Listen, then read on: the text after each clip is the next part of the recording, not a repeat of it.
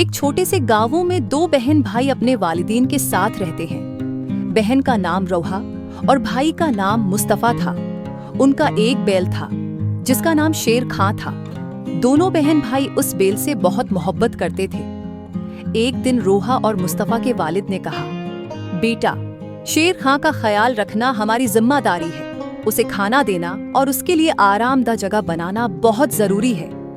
याद रखो, जो जानवर हमारे लिए काम करते हैं, हमें उनका हक अदा करना चाहिए।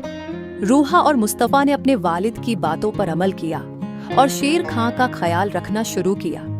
वो रोजाना उसे खाना देते, पानी पिलाते और उसके लिए साफ जगह बनाते। बैल भी खुशी से उनके साथ खेलता और काम करता। एक दिन रोहा और मुस्तफा की वालिदा बीमार हो गई, जिसकी वजह से वालिद को शहर जाना पड़ा और वो बच्चों को ताकीद करके गए कि शेर खां का खास ख्याल रखना। रोहा और मुस्तफा ने बड़ी जिम्मेदारी से अपनी वालिदा की देखभाल की। कुछ दिनों बाद खेतों में खेलते खेलते मुस्तफा का अचानक पैर मड़ गया और वो बिल्कुल चल नहीं पा रहा था। रोहा बहुत परेशान हुई कि अब मैं अपने छोटे भाई मुस्तफा को कैसे घर लेकर जाऊंगी, मगर शेर खां ने दोनों की मदद की। रोहा ने मुस्तफा को शेर खां की पेट पर बैठाया और शेर खां उन्हें घर तक ले गया, जहां मुस्तफा की मरहम पट्टी हुई। दोनों बहन भाई अपने बैल के एहसानमंद थे। रोहा और मुस्तफा ने सीखा कि जानवर भी मोहब्बत और तौजा के मुस्तहक हैं।